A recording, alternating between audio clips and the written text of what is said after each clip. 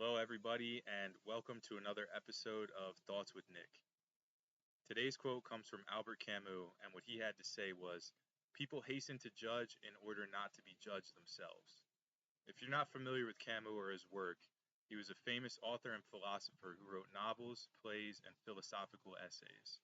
He was also an avid political commentator, especially during World War II, and in 1947 he won the Nobel Prize for Literature at only age 44, which I found to be very impressive. He's also a favorite author of mine due to the thought provoking novels and commentaries that he provided while he was alive. Today I want to talk about the many problems with judgment and why you should strive not to judge others to the best of your ability. There's a variety of reasons that I'm going to get into today, but first I want to start by unpacking the quote. The quote comes from one of Camus' novels called The Fall, in which the main character realizes that his lifestyle is not genuine or sincere, rather that it's a performance designed to make others think highly of him, and as a result he seeks to destroy this falsified existence and removes himself from his old life. I found it to be a pretty interesting social commentary, so if you're into that sort of thing, you should definitely check it out. It's only like 150 pages, and it's a pretty easy read, so you can grab it at Barnes& and Noble if you feel like it. But anyway, as the quote implies, judgment is frequently used as a self-defense mechanism by people who are actually unhappy with certain aspects about themselves, but they're afraid to be judged or critiqued by others lest their own poor opinions about themselves be confirmed. This attempt to immediately redirect attention can be done in a social setting, conversing with others, or within your own head mentally. I think the most relatable scenario is probably the individual example. So I want you to think about the following scenario and try to draw some parallels to your own life if you can. You're out in public, but there's something that you're insecure about your appearance. Maybe you have some kind of acne going on with your face, maybe your hair is messed up, maybe you're just wearing an outfit that you're not really too confident in. Chances are you're going to be stuck in your head about this, thinking about your self-perceived deficiencies in appearance and worrying about if other people that are out and about as well are going to notice and what they're going to think of you. Basically, your internalized judgment of yourself has made you super anxious about how other people are going to judge you, because if you see something wrong with yourself, of course the other people will too, right? Wrong. We're going to get to that later. So what do? Most likely you're going to scan and analyze those around you, critiquing them however you can. The guy that you just passed walks funny. What's up with him? The lady in front of you, she looks like a mess. She needs to get it together. The family behind you, they're way too loud. Why can't they quiet down in public? You hear me say this, you might try to justify these statements and say, oh, these are just observations. That guy, he does walk funny. She really does look like a mess, and they are really being too loud. But be honest. Even if those statements have truth to them, they aren't objective observations. It's a thinly veiled attempt to shift your focus from what was bothering you about yourself to anything and everything that's wrong with everyone else. You aren't giving these people the benefit of the doubt or any grace. There could be a million reasons to explain why those statements are true. Maybe that guy walks funny because he got hit by a car. Maybe that lady looks like a mess because she just got dumped. And maybe that family's being loud because they're excited about something that just happened. Maybe they got some good news. But rather than giving these possibilities any consideration, you only focus on the negatives, the issues with their outward appearance, rather than even thinking about the internal experience they could have going on. You see what happened there? Instead of saying, okay, why am I unhappy with myself? Instead of doing the hard thing and determining, is this baseless insecurity that I need to eliminate from my mental garden? Or do these thoughts have some validity?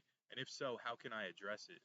Instead of doing that, you decided to pass judgment on other people, knowing nothing about them, knowing nothing about their lives, knowing nothing about the circumstances other than what you could ascertain in that brief second that you saw them as a passerby. And the reason for this is all because you were worried that they might do the exact same thing to you. Just like Camus said, you judged others to beat them to the punch, so to speak, regardless of whether or not they were actually judging you or if they even noticed what you were worried about in the first place.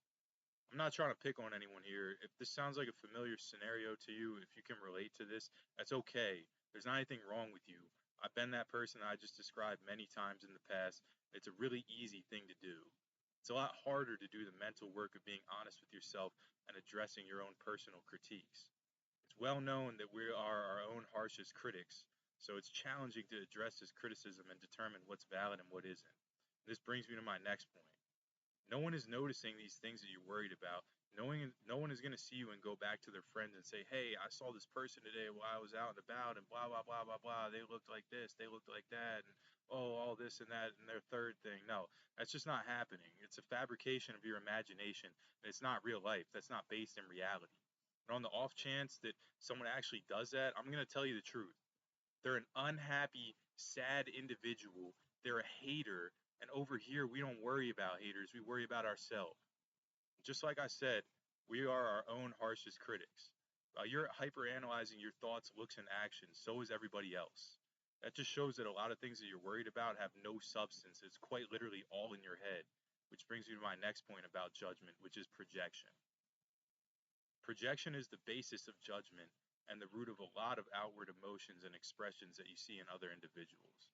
What I mean by projection here is the external demonstration of internal feelings. For example, you're interacting with someone you commonly talk to, and this could be a friend, a coworker, a loved one, whatever the case may be, but suddenly today they're cold or they're rude to you. It can be really confusing while you're on the receiving end of this treatment because you have no idea where it's coming from or what you did to deserve it. You can rack your brain trying to recall if you wronged them or if there's something you said or did that would warrant this kind of treatment, but you're going to come up empty. In this instance, they're projecting their internal state onto you. Only they will know why, but for some reason they had some frustration, some anger, basically some internal turmoil that they allowed to manifest in their treatment of you. That's projection. And I find it to be very unhealthy and borderline unacceptable. I think it's quite common for people to project their internal state onto others because, as they say, misery loves company. In reality, though, the judgment that they project onto you means nothing because it has nothing to do with you. It's really just a reflection of themselves. As a result, you can feel comfortable knowing that you don't need to pay their comments any mind as there's no real substance behind them. There's no basis. It's just misplaced emotions. To go on a slight tangent, I think jealousy is a major factor of projection. People are jealous of the things that you're doing or the things that they wish they could do, the things they wish they did, or maybe things that they tried but they didn't achieve, and now you're out there getting it. So they project hate onto you by judging and criticizing you at every turn, when the reality is that they wish they were you. They wish they were they wish they were where you're at, rather. It can hurt to see people living your dream while you're watching from the sidelines. That doesn't make it okay to tear those people down. That's never okay. Instead, you have to try to pick yourself up. Having explained why people use judgment as self defense and project their emotions onto you, I now want to get into why judgment is totally irrelevant and baseless. I need you to bear with me a little bit because this is kind of an abstract concept. When you judge someone, you're formulating an opinion of them based on one thing or a subset of things. Even if it's someone that you've interacted with quite a lot, you're judging them based on your experience, which is entirely subjective. As a result, the judgment that you pass on to them amounts to absolutely nothing because you're making a summary assessment attempting to characterize their entire existence based on your time with them. Obviously, they've lived quite a bit without you by their side, so no matter how well you know them, you're inherently making a judgment based on incomplete information, based on a part of the whole, and that does not tell the whole story, nor is it fair. Additionally, since judgment is based on your experience, like I said, it's entirely subjective. There's no objectivity. Someone else who has interacted with this individual just as much as you may come to the complete opposite conclusion based on their interactions with them. You both interacted with the same person, the same amount, but your subjective judgment could not be more different. The person receiving the judgment is entirely unchanged, yet if you and the third individual happen to talk about the individual being judged by the both of you, it would seem inconceivable that you're discussing the same person. Basically, what I'm trying to say here is that not only is it unfair to judge someone, it's actually totally impossible. That isn't to say that you're not allowed to form opinions or judgments. It simply means that the opinions, or not the opinions, rather, the judgments that you form are totally irrelevant. Every single person is the cumulative total of their experience of life, so only they can correctly judge themselves because only they hold all the information about themselves. They know all the facts. You can accurately judge yourself. Man, there's a bug flying around me. Get the hell out of here. You can you can accurately judge yourself and only yourself. Like I said before, we're our own harshest critics, and maybe this is why.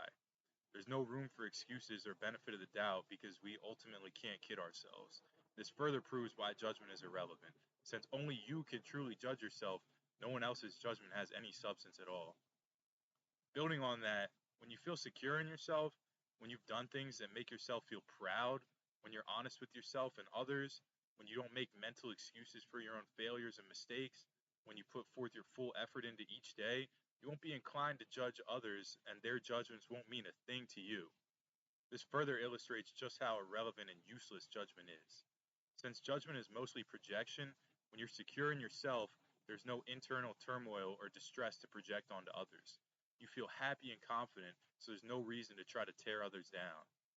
More than likely, you're going to start noticing yourself becoming more generous and giving people the benefit of the doubt more often than you did in the past. For example, maybe in the past, if somebody was late, it made you really irritable and frustrated because it felt like they were not valuing your time. They didn't find your time important. And that right there is a judgment that you're making on them based on your own internal feeling. Now, when those things happen, rather than thinking about how they're spiting you, now you're going to understand that these things happen. Maybe they got stuck in traffic. Maybe they had to help out a family member. Whether or not those scenarios are even true, it's much better to give people the benefit of the doubt than think that everybody's out to get you and they're late just because they didn't care about you. Like that's not based in reality, and it doesn't do you any good to allow yourself to think negatively like that. It's much better for you mentally to be charitable than frustrated. I want you to actually think about this. What good does it do to sit there and stew thinking that the other person did it on purpose? That's hurtful for your mental state, dwelling on some perceived slight that really doesn't benefit you at all. But if you're secure in yourself, that's never going to happen. You're not going to dwell on that. That thought's probably not even going to enter your mind. The other side of the coin here is that when you have that self-confidence and self-esteem, no one else's judgment is going to faze you at all. Just like I said before, you're going to be able to perform an accurate assessment of yourself, and you'll know that their critiques are pitiful and ridiculous. Where before, someone else's judgmental comments might have hurt you and been stuck on your mind, now you can literally laugh them off because you see right through their weak projections. It's not easy to get to this place where you feel so secure in yourself that no one else can rattle you or shake your conviction. So for more on this and for more on how to achieve that self-esteem and confidence, check out my video on better inputs. I don't have all the answers or some special technique to get there, but I do outline what I believe to be important steps or precursors in that video. Finally, while I don't believe in judgment, I do believe in characterization, so I want to lay out the difference between the two as it appears to me. To me, judgment has an inherently negative connotation and negative intentions. You're typically seeking to assign some type of label to somebody and make a semi-permanent decision about them. This person is a blank. They're either this or they're that. It's a systematic way to place them into a group within your mind, so to speak, and once they're in there, it's hard for them to escape. It's not charitable or beneficial to your relationship with that individual. Characterization, on the other hand, to me is more of an assessment of someone's traits or habits, which will allow you to understand how to interact with them in the future. Characterization is subject to change, and it can improve based on future interactions. It's dynamic. It's not static. It can change.